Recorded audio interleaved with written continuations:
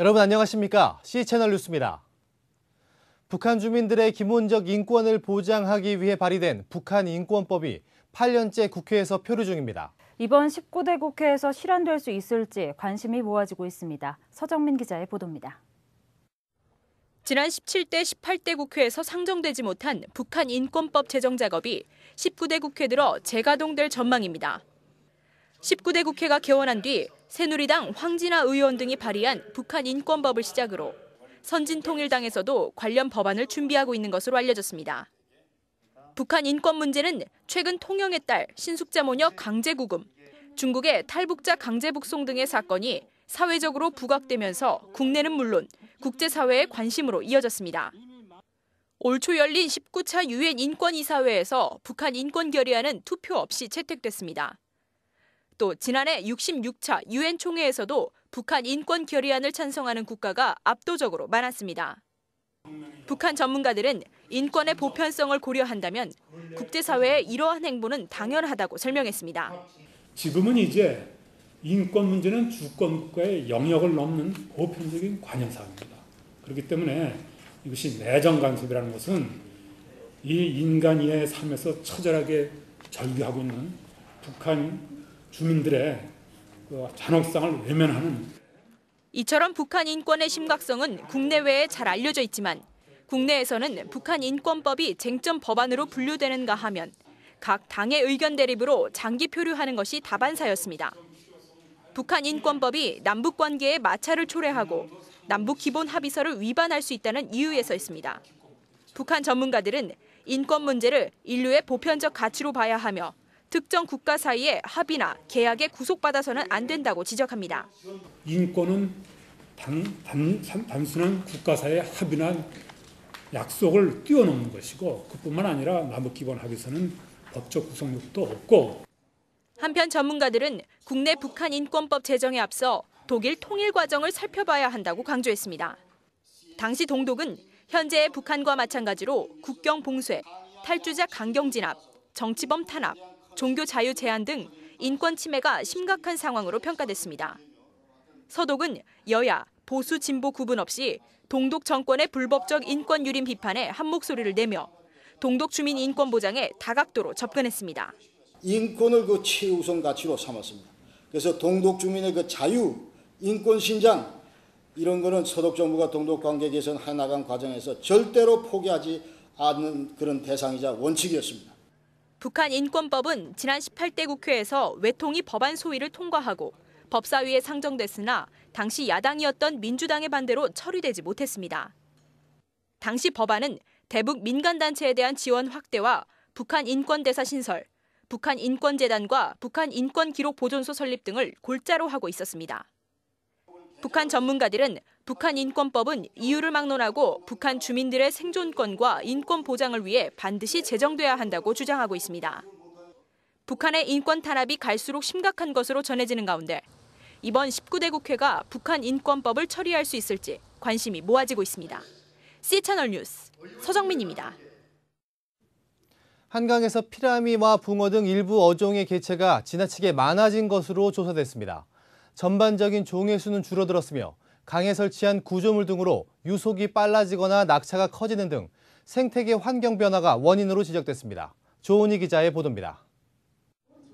서울시정 개발연구원의 한강생태계 조사연구에 따르면 현재 한강에 서식하고 있는 어류는 모두 69종, 1,239개체로 2007년에 조사된 71종보다 다소 줄었습니다.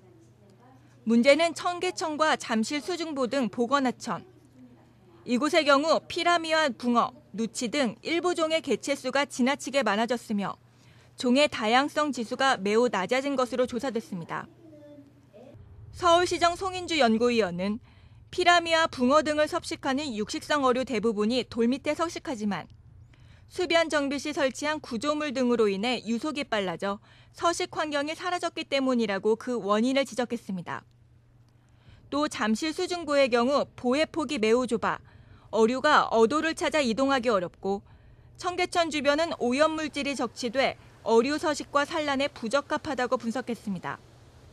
송 연구위원은 한강 수변 환경을 자연 상태로 보존하고 한강의 수위 조절을 위한 수문 설치와 어도 마련이 필요하다고 제안했습니다. 충분한 연구 검토가 이루어지지 않은 어종에 대해선 방류를 금지해야 한다고도 덧붙였습니다. 이렇게 동다양성 지수가 낮아지는데 특정 종을 위한 어떤 그 서식 환경 조성은 이제 좀 관리 방향에서 좀 지양해야 하지 않나라는 내용이 되겠고요. 한강 생태계의 구간별 특성을 고려하지 않고 획일적으로 식물을 심은 점도 문제로 지적됐습니다. 토착 식물보다 외래종을 심어 관리 예산이 증가됐으며 습지 지역의 경우 적합하지 않은 식물을 심어 홍수에 의해 유실될 가능성을 높였다는 겁니다. 자연학습장의 푯말이 허술하게 관리되고 있는 점도 문제입니다. 송 연구위원은 봉선화, 나팔꽃, 쑥부쟁이 등 토착종의 식재를 우선 검토하고 생태 환경에 적합한 수종과 공법을 선정하는 것이 필요하다고 제안했습니다. 가시밭골락은 이게 지금 상류 부분에 서식을 해서 전반적으로 확산될 우려가 있기 때문에 보다 생태 향상 방안에서 이 부분에 대한 좀 노력을 필요하다라는 부분이랑 그다음에 지금 현재 획일적인 수변 식재 공법들 이런 부분 좀 개선해야 될 필요성을 제안했습니다. 지난 1987년 처음으로 시작된 한강 생태계 조사 연구는 생태계 변화 추이를 파악해 보존 방안을 마련한다는 취지로 지금까지 7차에 걸쳐 진행되고 있습니다. 참석자들은 조사 결과를 토대로 무분별한 개발에 경각심을 가져야 하며 한강 생태계 보호종이 많은 지역의 경우 부분적으로 시민들의 입장을 제한할 필요가 있다고 전했습니다. 또 자원봉사 프로그램 등을 통해 시민들과 함께 생태계 복원에 힘써야 한다고도 강조했습니다. 생물 군집, 생물종이 많은 지역 또는 보호종이 많은 지역에 대해서는 은폐소를 설치한다든지 또는 탐방객들의 행위를 어느 정도는 좀 제한할 필요도 있지 않을까 하는 생각이 듭니다. 서울을 동서로 가로지르는 수경축인 한강. 한강은 야생 동식물의 중요한 서식처이자 시민들의 쉼터입니다. 일부 어종의 개체수가 많아지는 등 한강 생태계에 변화가 있다는 우려 속에 생태 환경 보존을 위한 구체적인 방안 마련과 노력이 필요해 보입니다. C채널 뉴스 조은입니다. 정부가 2012년 상반기 4대강 수질이 대폭 개선됐다고 주장한 데 대해 시민환경단체가 강하게 반발했습니다. 환경부에 따르면 4대강의 올해 상반기 수질은 이전과 비교해 생화학적 산소 요구량 BOD 평균값이 리터당 2.6mg에서 2.1mg으로 개선됐다고 밝혔습니다. 이 밖에도 16개 보의 수질도 BOD 값이 전체적으로 개선됐다고 설명했습니다. 하지만 4대강 보건범대책위원회 등 시민환경단체는 환경부 스스로 BOD 개선 효과만 알리고 있다며 BOD와 화학적 산소 요구량 COD를 동시에 확인해야 수질 상태를 제대로 평가할 수 있다고 지적했습니다. 시민단체는 또한 정부가 녹조 현상이 주로 일어나는 강변의 수질은 제대로 조사하지 않았다고 지적했습니다. 4대강 보건범대위에 따르면 최근 4대강은 녹차라떼라는 신조어가 생길 정도로 극심한 녹조 현상이 벌어지고 있다고 밝혔습니다. 이 때문에 환경부가 어느 지역을 대상으로 분석했는지 정확히 밝히기 전에는 결과를 신뢰할 수 없다고 주장했습니다.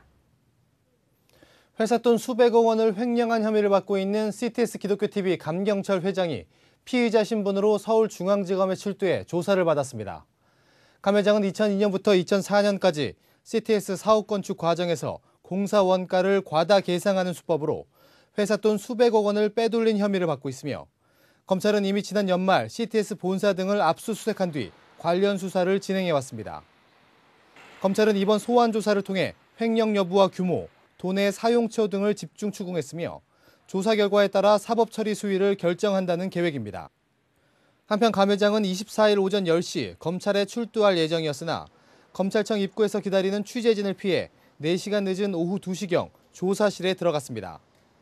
이 과정에서 검찰의 출두 시간을 미뤄달라고 수차례 청하기도 했으며 일반 출입구가 아닌 내부 통로를 이용해 조사실에 들어간 것으로 확인됐습니다. 감경철 회장은 지난 2008년 9월에도 횡령 등의 혐의로 징역 3년에 집행유예 5년 확정 판결을 받은 바 있습니다. 기독교 윤리실천운동이 한기총의 세습 옹호 성명에 대한 입장을 발표하고 신앙적, 시대적 문제 등에 주목해 목회 세습을 반대한다고 밝혔습니다. 기윤실은 성명을 통해 기독교는 혈연의 종교가 아닌 언약의 종교라며 세속적인 혈연의 목회 세습은 하나님의 뜻과 성령의 역사를 막는 반성경적 행동이라고 강조했습니다. 기윤실은 또 목회자 공급 과잉이라는 시대 문제에 주목하고 있다며 목회자 공급 과잉의 압력이 클수록 목회 세습의 욕망은 점차 커질 것이라고 밝혔습니다. 한기총이 밝혔듯이 현재 목회자는 10만 명인데 교회 수는 5만 5천 개에 불과하다는 지적입니다. 기윤실은 특히 재정 규모와 교계의 영향력이 큰 중대형 교회에서 목회 세습을 금지해야 한다고 강조했습니다. 실제 훌륭한 자질을 갖춘 2세 목회자들도 세습을 감행하는 순간 자질과 진정성을 의심받을 수 있다며 겸손하게 새로운 목회의 길을 준비할 것을 요청했습니다. 한국계 미국인 10명 가운데 6명이 개신교인이라는 조사 결과가 발표됐습니다. 무교는 23%, 천주교 신자와 불교 신자는 각각 10%와 6%로 집계됐습니다. 이번 조사는 미국 여론조사 전문기관 퓨 리서치 센터가 1월부터 3월 사이 전국 아시아계 미국인 3,511명을 대상으로 한 종교 성향 조사 결과로 한국계 응답자 504명 중 61%가 자신을 개신교인이라고 답한 것으로 나타났습니다. 또 천주교 신자를 포함한 기독교인 비율은 71%로 필리핀계 89%에 이어 가장 높았습니다. 크리스천 비율이 매우 낮은 일본 본토와 달리 일본계는 38%라는 응답이 나오기도 했습니다.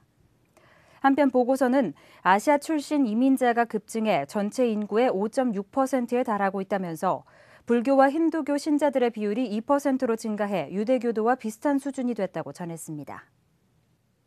기독교 대한감리회 감독회장 직무대행을 맡은 바 있는 이규학 감독이 10월 4일로 예정된 감독회장 선거를 앞두고 후보들의 정책 단일화를 제안했습니다. 이규학 감독 본인의 출마 여부에 대해서는 정확히 밝히지 않았습니다. 이 감독은 감리교가 지금까지 어려움을 겪어온 것을 안타깝게 생각한다며 앞으로 선출될 감독회장이 감리교의 상처를 감싸 안을 수 있어야 한다고 전했습니다. 이 감독은 감리교의 지도자가 도덕성과 통합적 리더십, 명성을 갖추는 등 철저한 자기관리를 통해 준비돼야 한다고 강조했습니다. 또 과거 역사를 토대로 감리교의 비전을 분명히 세워야 감리교의 잃어버린 세월을 회복할 수 있다고 밝혔습니다. 아울러 감독회장 후보자들이 감리교 화합과 일치, 회복을 위해 정책 단일화를 해야 한다고 제안했습니다. 이와 함께 이 감독은 본인의 감독회장 출마 여부에 대해서는 고심하고 의논해봐야 할 것이라며 즉답을 피했습니다. 이 밖의 뉴스와 날씨를 전해드립니다. WCC 세계교회협의회가 2013년 WCC 제10차 부산총회에서 마당 프로그램의 일환으로 진행될 80여 개 워크숍과 전시회, 각종 이벤트의 제안을 받고 있습니다. WCC 총회 공식 홈페이지를 통해 등록할 수 있으며 마감 기간은 올해 10월 31일까지입니다. 일본군 위안부 피해자 김복동 할머니가 지난 21일 미국 하원에 위안부 문제에 대한 일본 정부의 공식 시인과 사과를 요구하는 결의안 채택 5돌 기념행사에 참석하고자 워싱턴을 방문했습니다. 김 할머니는 25일 워싱턴에서 행사를 마친 뒤 LA 일본 영사관 앞에서 수요 시위를 하기로 했습니다. 국제구호개발 NGO 굿네이버스가 제3회 적정기술 사회적 기업 페스티벌을 개최했습니다. 적정기술은 저개발국 저소득층을 위해 고안된 방법으로 빈곤 국가의 혁신을 가져올 수 있는 기술을 뜻합니다. 굿네이버스는 이번 페스티벌로 보다 많은 사람들이 해외 빈민을 돕는 적정기술과 사회적 기업 설립에 관심을 갖게 되길 바란다고 밝혔습니다. 실로암 시각장애인 복지관이 시각장애인 부모가 있는 20가정을 초청해 다음 달 7일부터 9일까지 여름 가족 캠프를 갖습니다. 실로암 복지관은 부모가 주 야간 교대로 안마업에 종사하며 가족 간 소통에 어려움이 있었던 점을 해소하고자 이번 캠프를 마련했습니다. 날씨입니다. 무더운 날씨가 계속되고 있습니다. 동해안과 일부 내륙 지방에는 열대야가 나타나는 곳이 있겠고 내륙 대부분 지방과 일부 동해안에 폭염특보가 발효됐는데요. 특히 내륙 지방을 중심으로 낮 최고 기온이 33도 이상 오를 것으로 보이니 한낮에는 야외 활동을 자제하시는 편이 좋겠습니다. 아침 기온은 대전, 부산 25도 등을 기록하겠습니다. 낮 최고 기온은 서울 33도, 대구 36도까지 오르겠습니다. 바다의 물결은 전해상에서 0.5에서 1.5m로 일겠습니다. 주간 날씨입니다. 당분간 비 소식 없는 무더운 날씨가 이어지겠습니다. 30도를 웃도는 낮 기온도 꾸준히 유지될 것으로 예상되는 만큼 건강관리에 각별히 주의하시기 바랍니다. 오늘 뉴스는 C채널 홈페이지와 스마트폰 어플리케이션을 통해 다시 보실 수 있습니다. SNS를 통한 의견도 적극 청취하겠습니다. 많은 참여 부탁드립니다. 오늘 뉴스는 여기까지입니다. 함께해 주신 여러분 고맙습니다.